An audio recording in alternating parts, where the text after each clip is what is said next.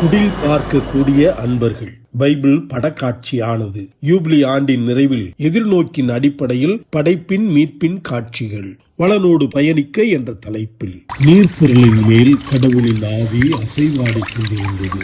ஆண் பெண் படைப்பு ஏதேன் திருப்பம். அவருடைய தாய் மரியாவுக்கும் யோசேப்புக்கும் திருமணம் ஒப்பந்தம் செய்யப்பட்டிருந்தது.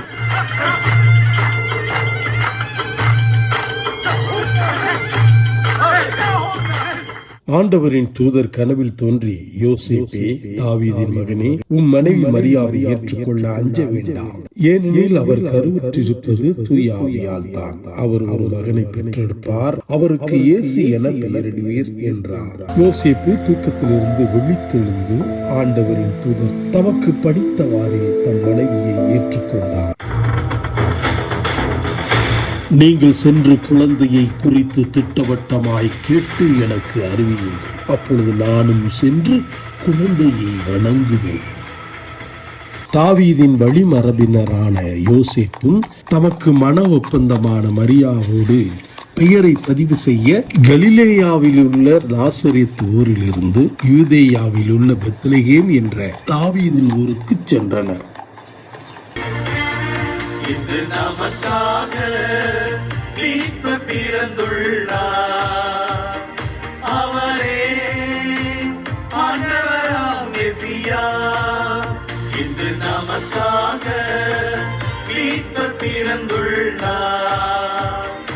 அவரே ஆண்டவராம் மெசியா.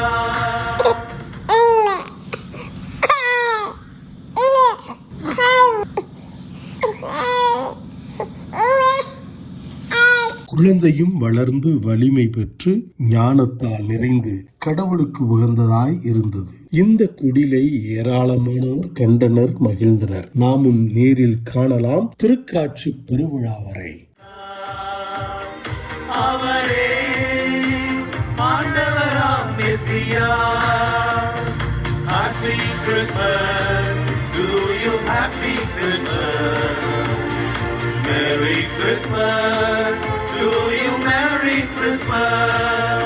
இன்று நமக்காக மீட்பர் பிறந்துள்ளார்.